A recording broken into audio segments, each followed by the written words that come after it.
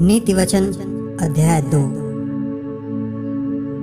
हे मेरे पुत्र, यदि तू मेरे वचन ग्रहण करे और मेरी आज्ञाओं को अपने हृदय में रख छोड़े और बुद्धि की बात ध्यान से सुने और समझ की बात मन लगाकर सोचे और प्रवीणता और समझ के लिए अति यत्न से पुकारे और उसको चांदी के समान ढूंढे और गुप्त धन के समान उसकी खोज में लगा रहे, तो तू यहोवा के भय को समझेगा और परमेश्वर का ज्ञान तुझे प्राप्त होगा, क्योंकि बुद्धि यहोवा ही देता है।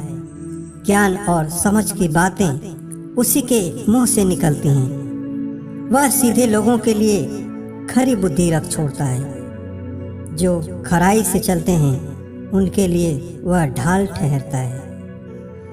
वह न्याय के पथों की देखभाल करता और अपने भक्तों के मार्ग की रक्षा करता है।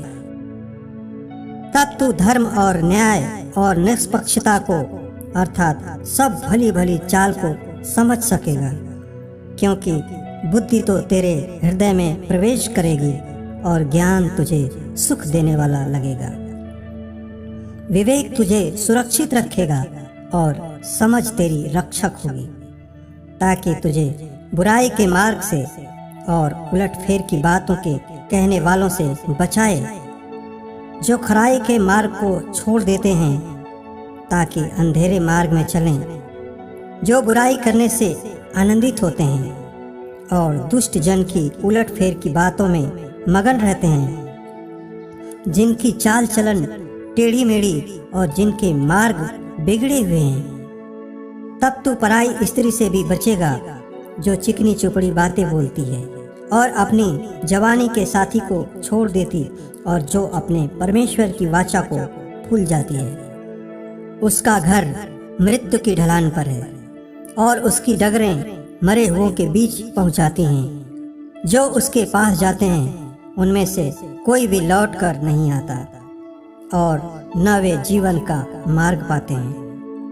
तू भले मनुष्यों के मार्ग में चल और धर्मियों के पथ को पकड़े रह, क्योंकि धर्मी लोग देश में बसे रहेंगे और खरे लोग ही उसमें बने रहेंगे।